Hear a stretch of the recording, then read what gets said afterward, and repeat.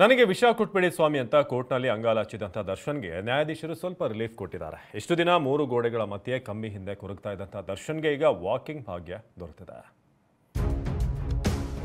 ಪರಪ್ಪನಾಗ್ರಹಾರ ಜೈಲಲ್ಲೇ ಸಿಕ್ತು ಸ್ವಲ್ಪ ನೆಮ್ಮದಿ. ದರ್ಶನ್ಗೆ ಜೈಲಲ್ಲಿ ಡಬಲ್ ದಿಂಬು, ಡಬಲ್ ಹಾಸಿಗೆ.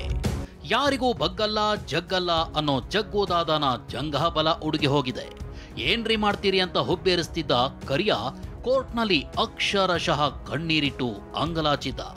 ಜೈಲು ಸೇರಿದ ಬರೀ 25 ದಿನಗಳಿಗೆ ನನ್ನ ಕೈಲಾಗ್ತಿಲ್ಲ ಸ್ವಾಮಿ, ಸ್ವಲ್ಪ ವಿಷ ಕೊಟ್ಬಿಡಿ ಅಂತ ಬೇಡ್ಕೊಂಡಿದ್ದ. ನನಗೆ ಸ್ವಲ್ಪ ಪಾಯ್ಸನ್ ಬೇಕು, ಪಾಯ್ಸನ್ ಕೊಡಬೇಕೆಂದು ಕೋರ್ಟ್ ಆದೇಶ ನೀಡಬೇಕು. ನಾನು ಬಿಸಿಲು ನೋಡಿ 30 ದಿನಗಳಾಯಿತು. ವಾಕ್ ಮಾಡಲು ಬಿಡುತ್ತಿಲ್ಲ, ಕೈಗಳೆಲ್ಲ ಫಂಗಸ್ ಬಂದಿದೆ. ಏನೇ ಕೇಳಿದರೂ ಕೋರ್ಟ್ನಿಂದ ಆದೇಶ ತನ್ನಿ ಎನ್ನುತ್ತಾರೆ. ನನಗೆ ಪಾಯ್ಸನ್ ಕೊಡುವಂತೆ ಕೋರ್ಟ್ ದಯವಿಟ್ಟು ಆದೇಶ ನೀಡಬೇಕು. ಬೇರೆ ಆರೋಪಿಗಳಿಗೆ ಬೇಡ, ನನಗೆ ಮಾತ್ರ ಪಾಯ್ಸನ್ ಕೊಟ್ಟರೆ ಸಾಕು. ತಾವು ಈ ಬಗ್ಗೆ ಸೂಚನೆ ನೀಡಬೇಕು. ಹಾಗೆಲ್ಲ ನೀವು ಕೇಳುವಂತಿಲ್ಲ. ಜೈಲು ಅಧಿಕಾರಿಗಳಿಗೆ ಯಾವ ರೀತಿಯ ಆದೇಶ ನೀಡುವುದು ಸೂಕ್ತವೋ ಅಂತಹ ಆದೇಶವನ್ನ ನೀಡ್ತೇವೆ. ದರ್ಶನ್ ಪಾಡ್ ಕೇಳಿದ ಬೆಂಗಳೂರಿನ 57ನೇ ಸಿಸಿಎಚ್ ಕೋರ್ಟ್ ಹಾಸಿಗೆ ದಿಂಬು ಕೋರಿ ಸಲ್ಲಿಸಿರೋ ಅರ್ಜಿಗೆ ಒಪ್ಪಿಗೆ ನೀಡಿತು.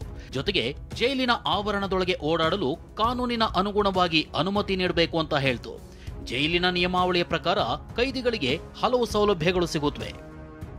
ಜೈಲಿನ ಮ್ಯಾನ್ಯುಯಲ್ ಪ್ರಕಾರ ಚಾಪೆ, ದಿಂಬು, ಬೆಡ್ಶೀಟ್, ಚಪ್ಪಲಿ ನೀಡಬಹುದು. ಚಳಿಗಾಲದಲ್ಲಿ ಸ್ವಲ್ಪ ದಪ್ಪನೆಯ ಹಾಸಿಗೆಯನ್ನ ಜೈಲಿನವರೇ ನೀಡಬಹುದು. ಒಂದು ವೇಳೆ ಹೆಚ್ಚಿನ ಅವಶ್ಯಕತೆ ಬಿದ್ದರೆ ನಿಯಮಿತವಾಗಿ ಸ್ವಂತವಾಗಿ ಖರೀದಿಸಬಹುದು. ಜೈಲು ಮ್ಯಾನ್ಯುಯಲ್ ಪ್ರಕಾರ ಜೈಲಿನ ಊಟ ಕೊಡಬೇಕು, ವಾಕಿಂಗ್ ಮಾಡೋದಕ್ಕೆ ಅವಕಾಶ ಕೊಡಬೇಕು, ಮನೆಯವರ ಭೇಟಿಗೆ ವಾರದಲ್ಲಿ 2 ದಿನ ಅವಕಾಶ ನೀಡಬೇಕು, ವಾರದಲ್ಲಿ 2 ದಿನ ಫ್ಯಾಮಿಲಿಗೆ ಕರೆ ಮಾಡಬಹುದು, ಕಾಮನ್ ಏರಿಯಾದಲ್ಲಿ ಟಿವಿ ನೋಡೋದಕ್ಕೆ ಅವಕಾಶ ಇದೆ, ದೈಹಿಕ ಚಟುವಟಿಕೆಯಲ್ಲಿ ಭಾಗಿಯಾಗೋದಕ್ಕೆ ಅವಕಾಶವಿದೆ, ಕೇರಂ, ಶಟಲ್, ಚೆಸ್ ಆಡೋದಕ್ಕೆ ಅವಕಾಶ ಇರುತ್ತೆ, ಪುಸ್ತಕಗಳು ಮತ್ತು ಪೇಪರ್ ಓದೋದಕ್ಕೆ ಅವಕಾಶ ಇರುತ್ತೆ. 10,000 ರೂಪಾಯಿವರೆಗೂ ಮನಿ ಆರ್ಡರ್ ಹಣ ತರಿಸ್ಕೊಳ್ಬಹುದು.